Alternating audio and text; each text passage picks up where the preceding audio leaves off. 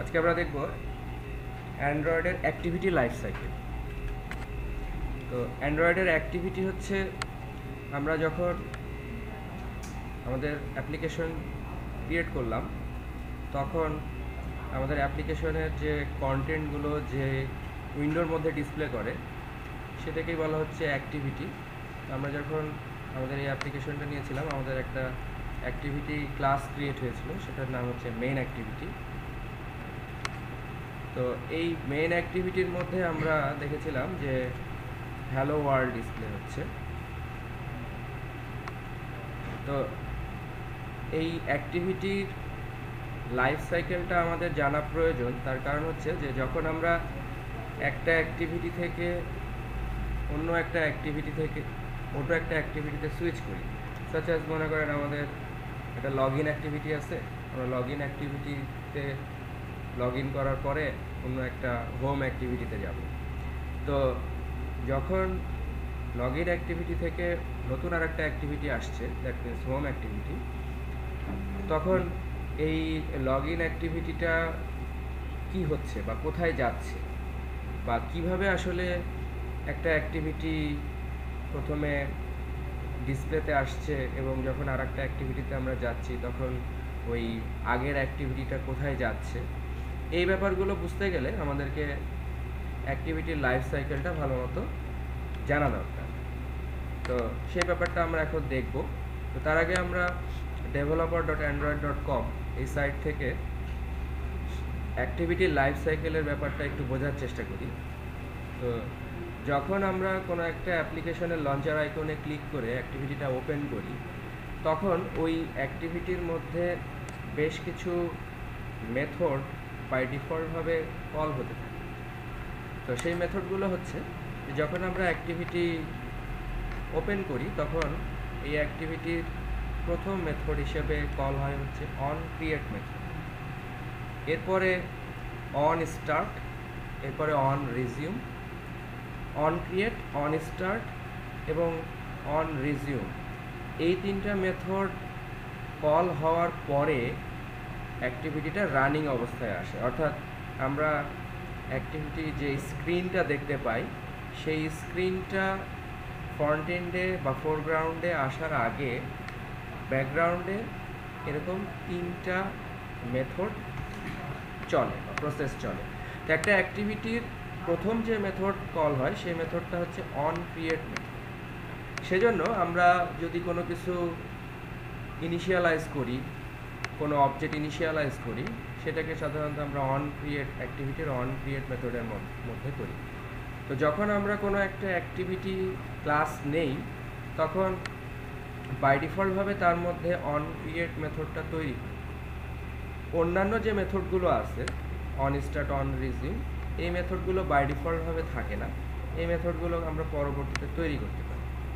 তো activity running অবস্থায় আসার আগে on create, on start, on resume এই তিনটা মেথড কল হয়। এই অবস্থায় অ্যাক্টিভিটিটা রানিং অবস্থায় থাকে, অর্থাৎ আমরা দেখতে পাই। সে মনে করেন এটা হচ্ছে log in activity.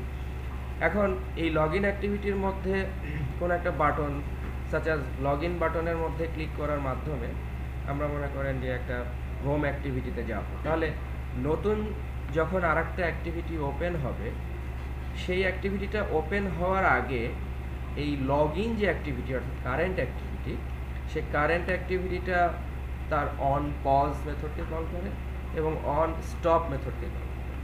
On stop মেথডকে call করে সে ফোরগ্রাউন্ড থেকে ব্যাকগ্রাউন্ডে চলে যায়। এই ফোরগ্রাউন্ড এবং ব্যাকগ্রাউন্ড মিনস হচ্ছে যে ফোরগ্রাউন্ডে যখন একটা অ্যাক্টিভিটি আসে তখন সেটা ভিজিবল হয়, আর যখন এটা ব্যাকগ্রাউন্ডে চলে যায় তখন এটা ভিজিবিলিটি হারায়, অর্থাৎ এটা আমরা দেখতে পাই না। তো হোম অ্যাক্টিভিটিটা যখন আসবে তার আগে current activity, that means log in অ্যাক্টিভিটিটা অন পজ এবং অন স্টপে চলে যাবে। এরপরে হোম অ্যাক্টিভিটি আবার তার on create, on start, on resume এই তিনটা সম্পন্ন করার পরে আবার অ্যাক্টিভিটিটা রানিং অবস্থায় আসবে। ঠিক আছে, এখন এই মুহূর্তে আমাদের হোম অ্যাক্টিভিটিটা ফ্রন্ট এন্ডে বা ফোরগ্রাউন্ডে আছে।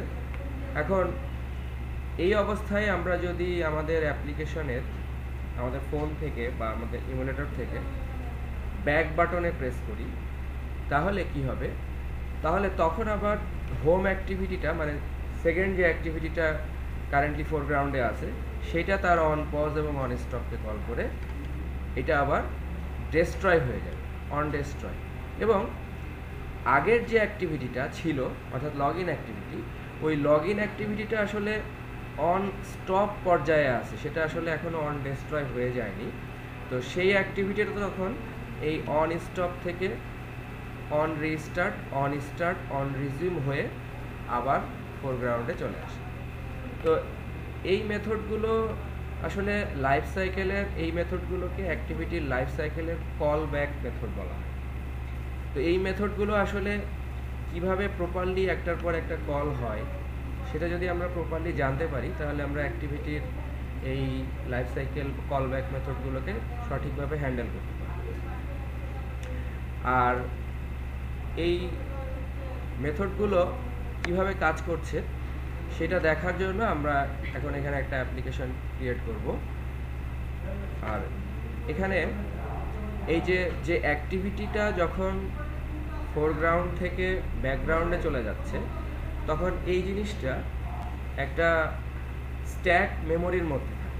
আমরা জাভার মধ্যে যেরকম স্ট্যাক মেমোরি দেখেছি, তো স্ট্যাক মেমোরির মধ্যে আসলে যখন আমরা এখানে দুইটা অ্যাক্টিভিটির কথা কল্পনা করছি।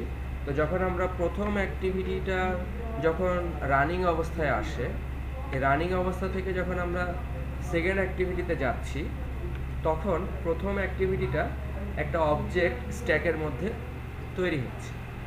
পরবর্তীতে যখন আমরা সেকেন্ড অ্যাক্টিভিটিটা যখন ওপেন হচ্ছে তখন সেকেন্ড অ্যাক্টিভিটির একটা অবজেক্ট আবার ওই স্ট্যাক মেমোরির মধ্যে তৈরি হচ্ছে। এই স্ট্যাক মেমোরিটা আবার লাস্ট ইন ফার্স্ট আউট হিসেবে কাজ করে, অর্থাৎ আমরা যখন আবার ব্যাক বাটনে ক্লিক করব তখন সেকেন্ড অ্যাক্টিভিটিটা স্ট্যাক থেকে মুছে যাবে, তারপরে আবার ফ্রন্ট এন্ডে চলে আসবে হচ্ছে ফার্স্ট অ্যাক্টিভিটি। তো এই জিনিসটার ব্যাখ্যা করা আছে এখানে এইভাবে যে আমরা যেহেতু দুইটা অ্যাক্টিভিটি নিয়ে চিন্তা করছি, মনে করেন এই যে পেছনের সাদা অংশটা হচ্ছে ব্যাক স্ট্যাক আর এই অ্যাক্টিভ ইয়েলো কালারটা হচ্ছে ফোরগ্রাউন্ড। ঠিক আছে, ফোরগ্রাউন্ড মানে হচ্ছে যে যখন অ্যাক্টিভিটিটা আমরা দেখতে পাচ্ছি এটা হচ্ছে ফোরগ্রাউন্ড, আর ব্যাক স্ট্যাক মানে হচ্ছে যে যখন আমরা একটা অ্যাক্টিভিটি থেকে আর একটা অ্যাক্টিভিটিতে যাচ্ছি তখন ওই প্রিভিয়াস অ্যাক্টিভিটিটা একটা ব্যাক স্ট্যাক মেমোরিতে চলে যাচ্ছে।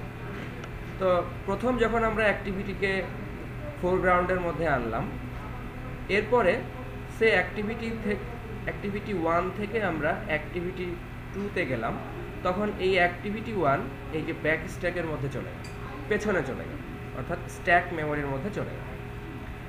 এরপরে মনে করেন সেকেন্ড অ্যাক্টিভিটি থেকে আবার আমরা আরেকটা অ্যাক্টিভিটি ওপেন করেছি, থার্ড অ্যাক্টিভিটি, তখন সেকেন্ড অ্যাক্টিভিটি এবং ফার্স্ট অ্যাক্টিভিটি দুটোই স্ট্যাকের মধ্যে চলে গেল। এবং এই স্ট্যাক মেমোরিটা হ্যান্ডেল হচ্ছে যে প্রথমে অ্যাক্টিভিটি 1 আছে, তার উপরে আছে অ্যাক্টিভিটি 2।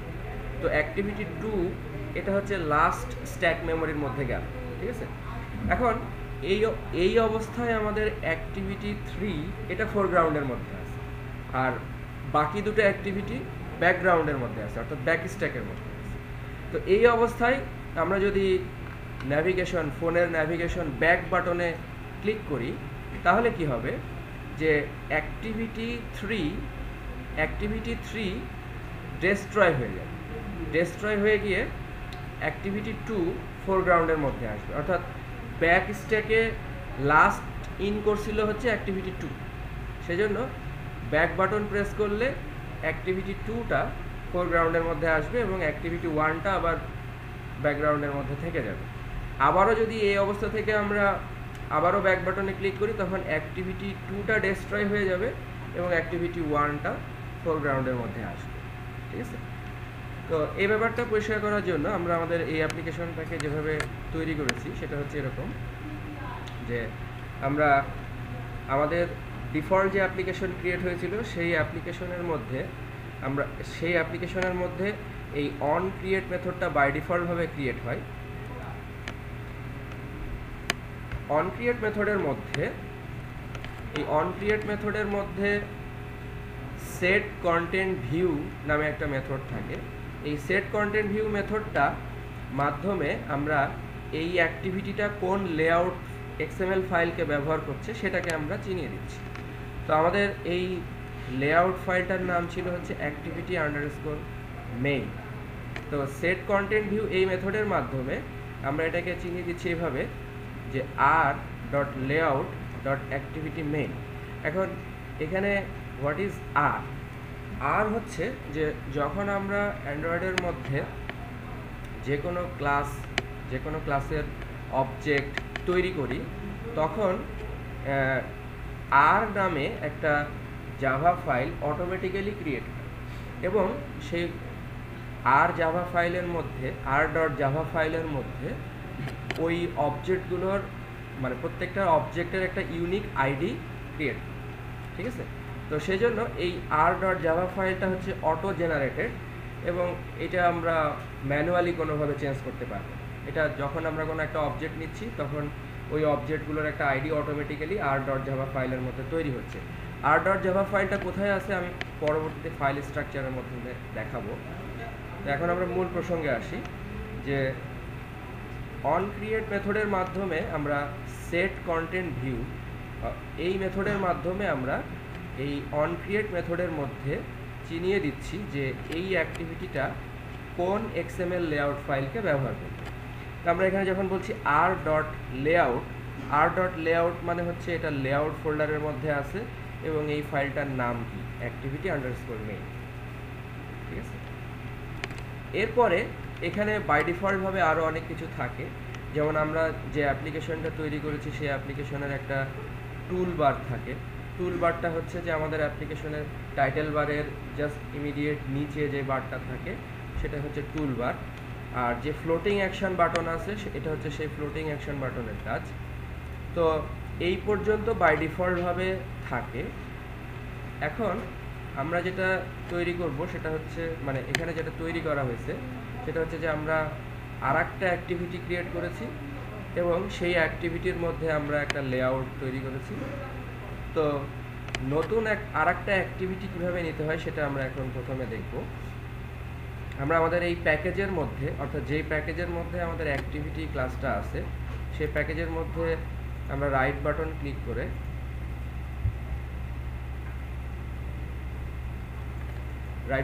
করে আমরা নিউ থেকে আমরা যাব হচ্ছে অ্যাক্টিভিটির মধ্যে। এখানে এই অ্যাক্টিভিটির মধ্যে আমরা দেখতে পাচ্ছি যে বেসিক অ্যাক্টিভিটি, তারপরে এমটি অ্যাক্টিভিটি। তো যদি আমরা বেসিক অ্যাক্টিভিটি নিলে ফ্লোটিং অ্যাকশন বার সহ তৈরি হবে, আর যদি আমরা এমটি অ্যাক্টিভিটি নেই তখন ফ্লোটিং অ্যাকশন বারটা তৈরি হবে। তো আমাদের এই এক্সাম্পলে আরও একটা বেসিক অ্যাক্টিভিটি নেওয়া হয়েছে। যখন আমরা আমাদের এই অ্যাপ্লিকেশনটা তৈরি করি তখন প্রাথমিকভাবে আমরা কিন্তু বেসিক অ্যাক্টিভিটি নিচ্ছি, ঠিক আছে? তো আমরা এখানে বেসিক অ্যাক্টিভিটিও নিতে পারি অথবা আমরা এমটি অ্যাক্টিভিটিও নিতে পারি। তো যদি বেসিক অ্যাক্টিভিটি নেই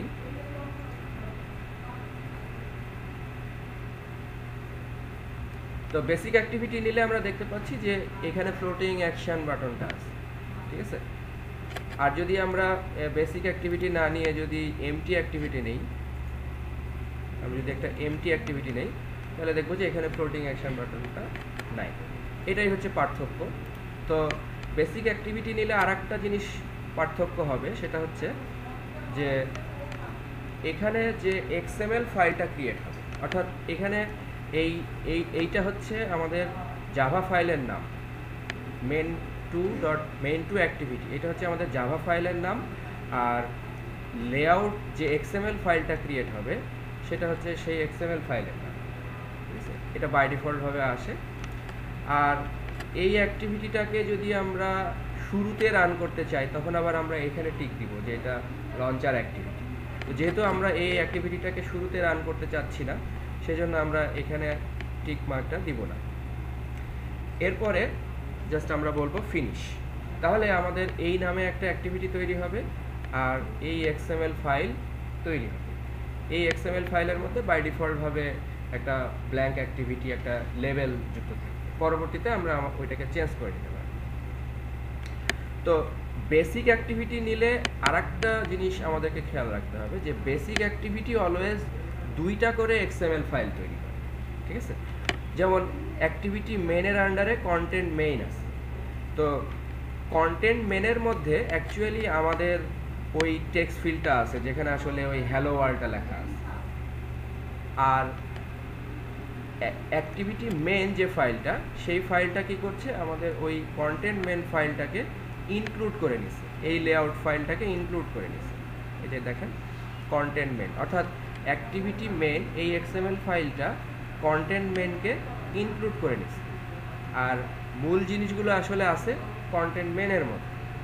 তো বেসিক অ্যাক্টিভিটি নিলে আমাদের এই ব্যাপারটা খেয়াল রাখতে হবে। আর যদি আমরা ব্ল্যাঙ্ক অ্যাক্টিভিটি নেই, তখন ওই লেআউটটা একটা সিঙ্গেল এক্সএমএল ফাইলের মধ্যে ক্রিয়েট হয়। ঠিক আছে? তো আমরা যদি কোনো পরিবর্তন করতে চাই, তাহলে আমরা আসলে যাব হচ্ছে এই মেনের মধ্যে চেঞ্জ করতে চাইলে আমরা যাব হচ্ছে কন্টেন্ট মেনের মধ্যে। তো কন্টেন্ট মেনের মধ্যে গেলে আমরা দেখতে পাচ্ছি যে এখানে বাই ডিফল্টভাবে হ্যালো ওয়ার্ল্ড ছিল, আমি এখানে একটা বাটন নিয়ে আসছি। তো এই বাটনটা নিয়ে আসার জন্য আমরা কি করতে পারি, এই ডিজাইন সেকশন থেকে যেতে পারি। ডিজাইন সেকশন থেকে গিয়ে আমরা এখানে দেখবো যে একটা প্যালেট নামে একটা সেকশন আছে। এখান থেকে আমরা জাস্ট এই বাটনটাকে ড্র্যাগ করে এর মধ্যে দিয়ে দিই। ঠিক আছে?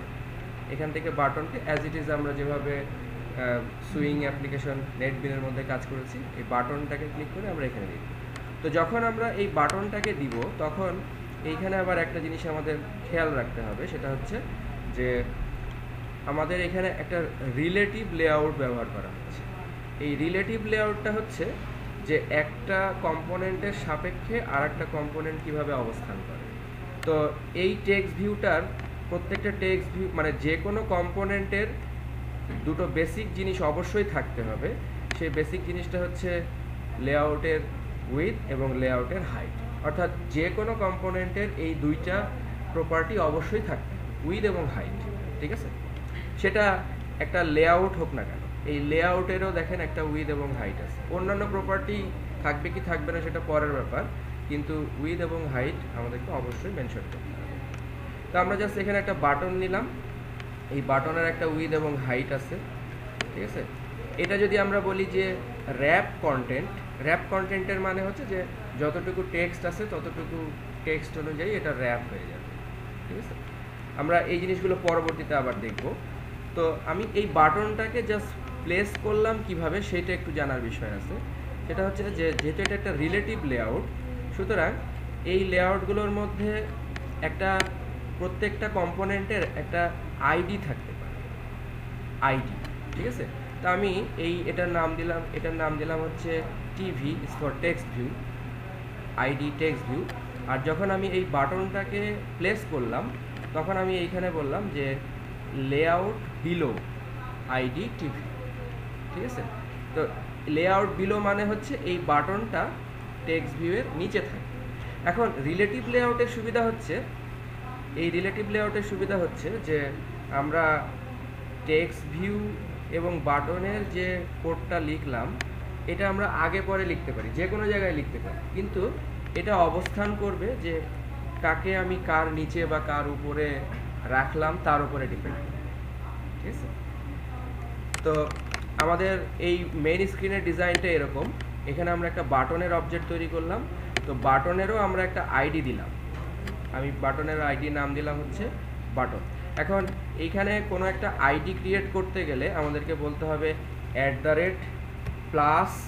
@+আইডি, তারপরে স্ল্যাশ দিয়ে ওই আইডিটার নাম, মানে বাটনের এই আইডিটার নাম।